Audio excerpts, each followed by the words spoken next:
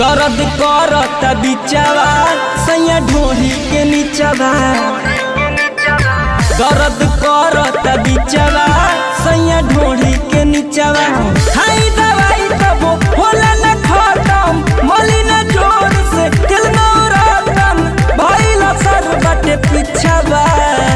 दर्द करत बिचवा राजा ढोही के नीचवा।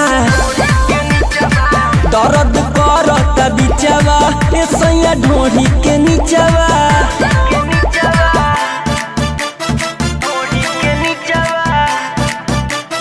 Music by Arya Sharma।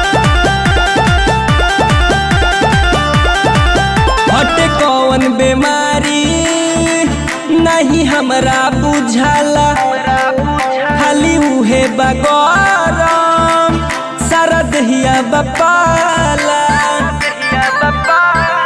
हटे कौन बीमारी नहीं हमरा बुझाला, खाली उहे बगरम सारा दहिया बपाला।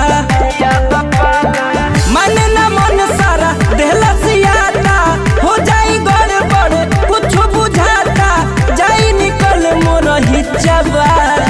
दर्द करत बिचवा राजा ढोही के नीचवा। दर्द करत बिचवा सैया ढोही के नीचवा।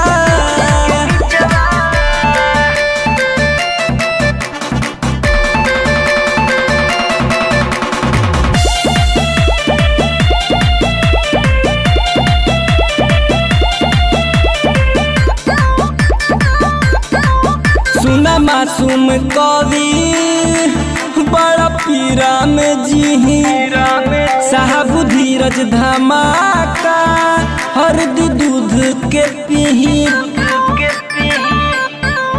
सुना मासूम कवि बड़ा पीरा में जी गोल्डन धीरज धमाका हरदी दूधवो के पीही। उठत भीतरी से भारी लहर बा, लगता हमारा प्यार के असर बा, छोड़े पसे न जाता भीजवा। दर्द करत बिचवा राजा ढोही के नीचवा। दर्द करत बिचवा सैया ढोही